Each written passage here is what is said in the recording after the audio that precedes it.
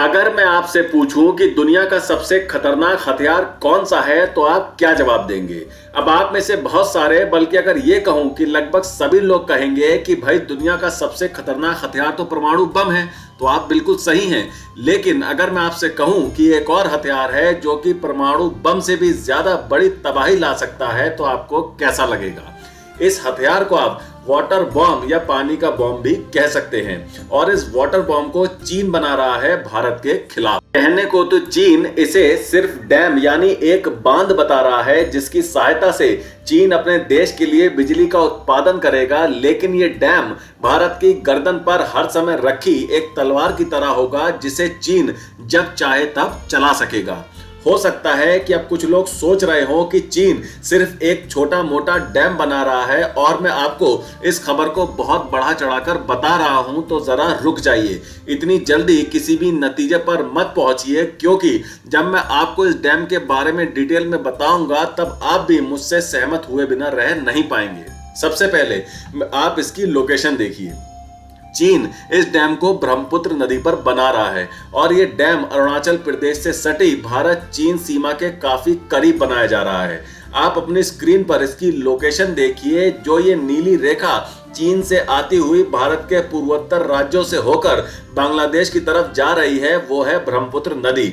और इस नीली रेखा में जहां पर आपको ग्रेट बेंड लिखा हुआ दिखाई दे रहा है, ये डैम इसी ग्रेट बेंड के आसपास के रीजन में बनाने का प्लान है। पिछले महीने चीन की सरकार ने इस डैम को बनाने की मंजूरी दे दी है और ये डैम कोई छोटा मोटा डैम नहीं होगा। ये कितना बड़ा डैम होगा ये आप इसी से समझिए कि इसका निर्माण पूरा होने के बाद ये विश्व का सबसे बड़ा डैम बन जाएगा। जी हां, आपने सही सुना, विश्व का सबसे बड़ा डैम।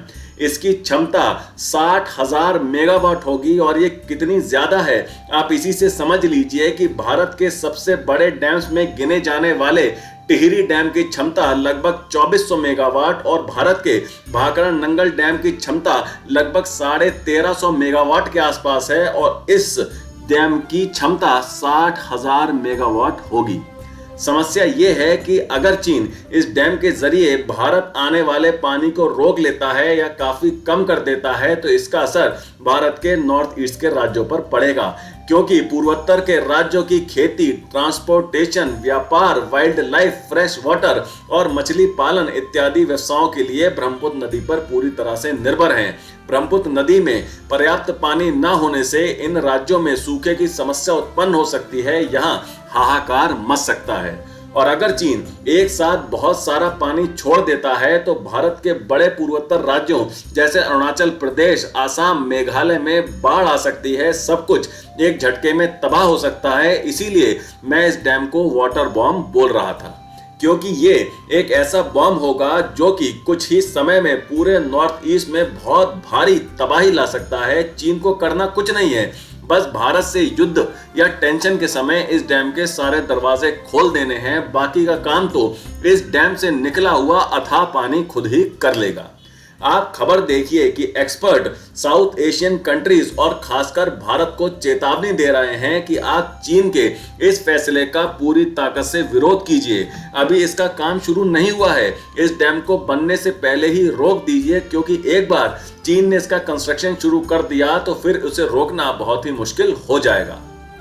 अगर बड़े परिप्रेक्ष्य में देखा जाए तो भारत ही नहीं बल्कि पूरी दुनिया पर इस डैम के निर्माण का असर पड़ेगा, क्योंकि हाल ही में नासा ने यह खुलासा किया है कि अभी का जो विश्व का सबसे बड़ा डैम, जिसका नाम थ्री गॉर्जेस डैम है, जिसे चीन ने साल 2006 में बनाया था और साल 2012 से यह डैम ऑपरेशनल है, इस डैम की वजह से धरती की रोटेशन यानी घूमने की रफ्तार में 0.06 माइक्रो सेकंड का बदलाव हुआ है, जो कि पूरी दुनिया के लिए एक खतरा है। और अब तो चीन इससे भी बड़ा डैम भारत की सीमा के पास बनाने जा रहा है, वो भी बहुत ही हाईली सेंसिटिव एरिया में, जिससे इस रीजन में किसी भी समय बहुत बड़ी आपदा आ सकती है, बहुत बड़ा विनाश हो सकता है। भारत को किसी भी हालत में चीन को इस डैम को बनाने से रोकना होगा, क्योंकि एक बार अगर ये डैम बन गया तो इसकी वजह से पूरे रीजन में कभी भी कोई बड़ी तबाही आ सकती है, धरती के रोटेशन में और ज्यादा बदलाव हो सकते हैं। और सबसे बड़ी बात, ये डैम भारत की गर्दन पर हमेशा तलवार की तरह लटका रहेगा, जिसे चीन जब चाहे तब भारत के खिलाफ इस्तेमाल कर सकेगा। पर अब आप मुझे बताएं कि आपके हिसाब से भारत को ऐसा क्या करना चाहिए जिससे चीन को इस डैम को बनाने से रोका जा सके। अपने विचार मुझे कमेंट सेक्शन में जरूर बताइए। अब चलते हैं अपने दूसरे सेक्शन, यानी जो लोग जॉब ढूंढ रहे हैं उनके लिए काम की खबर। इंडियन आर्मी की वर्दी पहनने का सपना देख रहे युवाओं के लिए शानदार मौका आ गया है। भारतीय सेना ने short service commission technical SST main 65th और SSC-T वुमेन 36 एंट्री के लिए उम्मीदवारों से आवेदन आमंत्रित किए हैं। इस भर्ती के लिए इंडियन आर्मी की ऑफिशियल वेबसाइट joinindianarmy.nic.in पर 7 जनवरी 2025 से आवेदन की प्रक्रिया शुरू हो गई है। वहीं फॉर्म अप्लाई करने की आखिरी तारीख 5 फरवरी 2025 शाम 3 बजे तक ही है।